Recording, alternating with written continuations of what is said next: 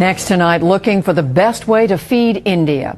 The challenge has led to new questions about India's first successful drive to produce more food, known as the Green Revolution, and created by American plant scientist Norman Borlaug, who died last weekend. NewsHour correspondent Fred de Sam Lazaro reports from India. By the middle of this century, India will overtake China to become the world's most populous nation. The question is, where will the food come from for 1.5 billion people? Already, half the kids under age 4 in the country are malnourished. 70% of India's people are rural. They barely scrape by off tiny plots of land. Every year, tens of millions of them are driven by poverty into overcrowded cities in search of work. That means fewer and fewer food producers and more mouths to feed. At the same time, environmental degradation threatens the prosperous breadbasket region of Punjab.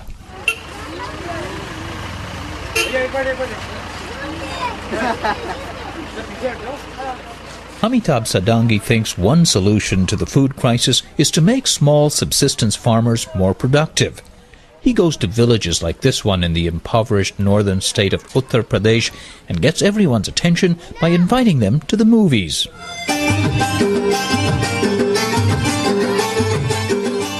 These actually are very long commercials for products sold by his non-profit enterprise, but they have all the movie staples, he says.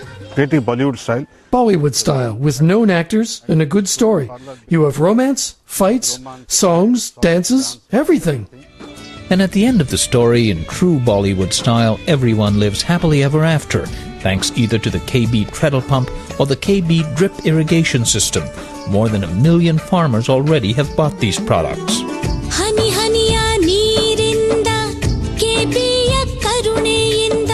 They are simple devices that provide farmers who now grow one rain-dependent crop each year the water to grow additional crops during the dry season. And there are other advantages as well, according to Sadangi, a social entrepreneur who believes there are market solutions to poverty. They go out of the village and take anything. Rickshaw pulling, road work. But after getting a treadle pump, they stay in the village, in the house. They have 2 extra crops. They have an extra $500 a year they didn't have before. And another thing, when children go to the cities, they don't go to school. Here, at least, they do attend school. With more urbanization and the younger generation in towns and cities, they are not able to understand the importance of agriculture. M.S. Swaminathan agrees it's important to keep small farmers in their villages, but he's best known as the plant geneticist who led a high-tech revolution that brought industrial-scale agriculture to India. Half a century ago, Swaminathan worked with American Nobel laureate Norman Borlaug to introduce what then were new, fast-growing hybrid crops and synthetic fertilizers and pesticides. Almost overnight, it made the plains of Punjab resemble the wheat fields of Kansas. It was not an evolutionary change, but a revolutionary change. Evolutionary means 4%, 3%. Here it was 100%, 200%. So within 4 years, between 1964 to 1968, India produced from 10 million tons to 17 million tons of wheat. For decades, Punjab has fed the nation with bumper harvests of wheat and rice, but now there are clear signs the Green Revolution has plateaued. Swaminathan saw early signs of problems. But I noticed even at that time, some of the farmers were started applying too much fertilizer. And in the case of rice, too much pesticide. They were over-exploiting the groundwater. Farmers were encouraged to maximize production with free electricity and subsidies to buy water pumps. And they had no incentive to conserve water. That too was free. Now the water table that fed the Green Revolution is declining alarmingly, says Baldev Singh Sidhu with Punjab Agricultural University. The rate of 75 centimeter per year. That's 2.5 feet. Yes. Per year. And how long has that been happening? It is happening from the last 5 to 7 years. At that rate, he says, rice and wheat production could collapse in 10 to 15 years in many parts of India's grain belt. To prevent that, Sidhu is part of a government effort to introduce conservation practices. They teach about tools like tensiometers that measure soil moisture, about planting schedules that can use more rain rather than groundwater. Water isn't the only problem. As the soil deteriorates and pests become increasingly resistant, more and more expensive fertilizers and pesticides are needed to maintain the crop yield. Karnal Singh was spraying pesticide on his wheat crop and a lot of his exposed body when we stopped to talk to him. It's a green color pest, sucks out the grain inside, so that's why I spray this time every year when it becomes cloudy. That's when this pest appears, and that's why I'm spraying it. And he wasn't worried about not wearing any protection. He's saying that it's not killing the pests, so it's not enough intoxicating to me also. So it's hardly killing the pests, so it can hardly hurt him? Yeah. Other farmers like Karnal Singh say chemical farming has become a necessary evil. This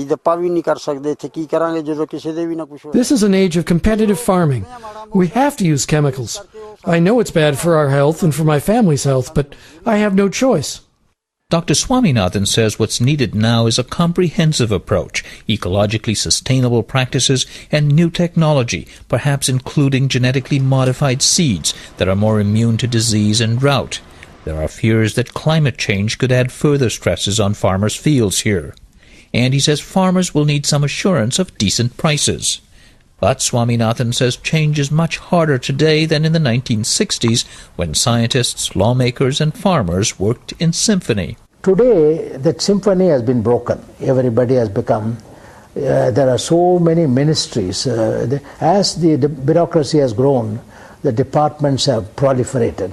There's one for fertilizer, one for pesticide, one for water, one for food processing, one for agriculture, and one for rural development like this.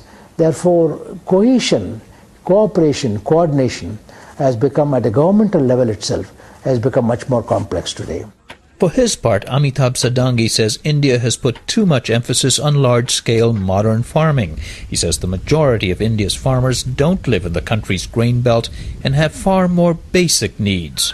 The Green Revolution, with all their research and development, that's done nothing for these people. It's for Punjab, for the big farmers. All the research, even now, is for those people. This did a lot, but in India, 80% of the farmers are like the people you see here. So those are the customers Sadangi targets for drip irrigation systems in arid parts of India and treadle pumps in wetter regions. So far, his group, known as International Development Enterprises India, or IDEI, has sold 750,000 pumps, installed for just $50 each. He's able to keep costs low through aid from international foundations. IDEI also earns revenue from groups that pay for carbon offsets, since its pumps require no more energy than the foot power of farmers like Raja Rani. She farms about 1/3 of an acre with her husband Ramdan. Before we only grew wheat, but now we're able to grow vegetables, tomatoes, okra, gourds, so we're able to make profits from these. Those profits allow both her children to attend school, but ironically her dream for her son is to join the urban exodus, to find a job as far away from the farm as possible. Fred's report was part of a joint initiative of the Pulitzer Center on Crisis Reporting and the Project for Undertold Stories at St. John's University in Minnesota. You can find links to their stories on our website, newshour.pbs.org.